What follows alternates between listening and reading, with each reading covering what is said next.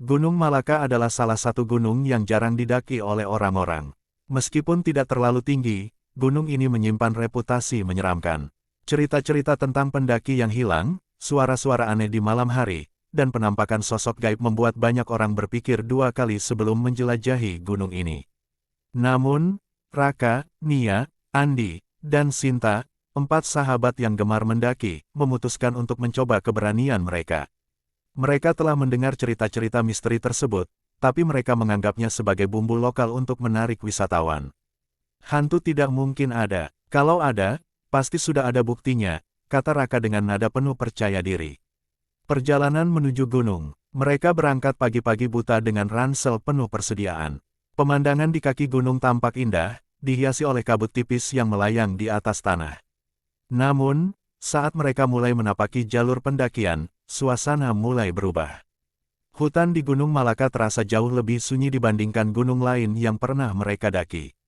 Tidak ada suara burung atau serangga, hanya bunyi langkah mereka yang bergema. Aneh ya, biasanya hutan itu ramai suara, gumam Nia. Ah, mungkin burung-burungnya sedang tidur, jawab Andi, mencoba mencairkan suasana. Namun, Sinta yang sejak awal tampak gelisah akhirnya berkata, aku merasa kita sedang diperhatikan. Semua terdiam, mereka saling pandang, tapi memutuskan untuk melanjutkan perjalanan. Malam pertama di gunung. Ketika malam tiba, mereka memutuskan untuk mendirikan tenda di sebuah area datar di tengah hutan. Angin dingin mulai berembus, dan kabut tebal menyelimuti tenda mereka. Mereka menghangatkan diri di sekitar api unggun sambil bercerita. Namun, saat suasana mulai nyaman, mereka mendengar suara langkah kaki dari kejauhan. Siapa itu? Tanya Raka sambil menoleh ke arah suara.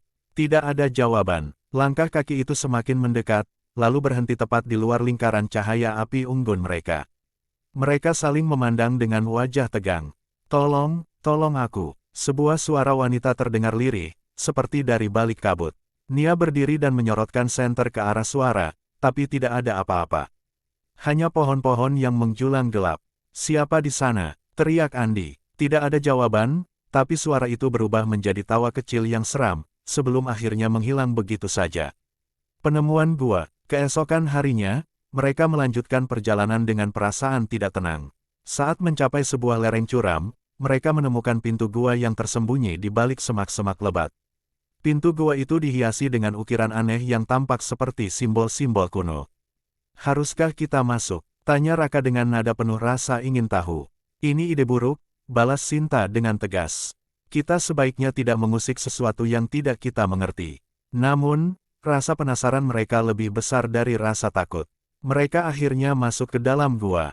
Di dalam, mereka menemukan ruangan besar yang dindingnya dipenuhi lukisan purba. Lukisan itu menggambarkan sosok-sosok manusia yang tampak berlutut di hadapan makhluk besar dengan wajah mengerikan. Tiba-tiba, terdengar suara gemuruh, dan pintu gua tertutup dengan sendirinya. Apa yang terjadi? Teriak Nia panik. Cahaya senter mereka mulai meredup, dan dari kegelapan, terdengar suara langkah kaki yang berat.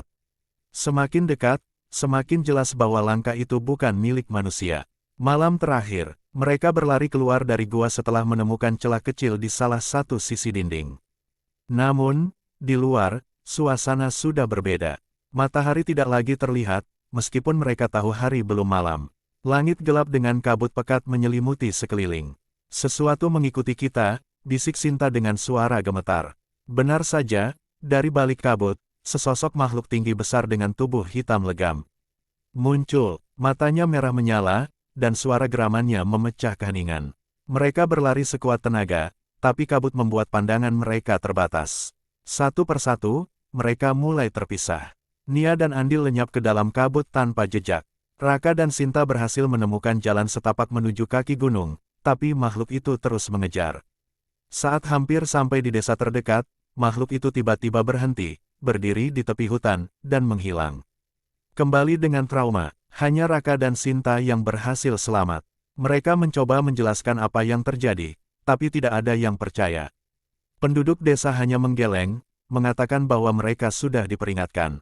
Andi dan Nia tidak pernah ditemukan. Beberapa pendaki yang mencoba mencari jejak mereka melaporkan suara-suara aneh dan bayangan hitam yang melintas di hutan. Sejak saat itu, Gunung Malaka semakin jarang dikunjungi. Misterinya tetap menjadi cerita yang membekas dalam ingatan mereka yang pernah menginjakkan kaki di sana.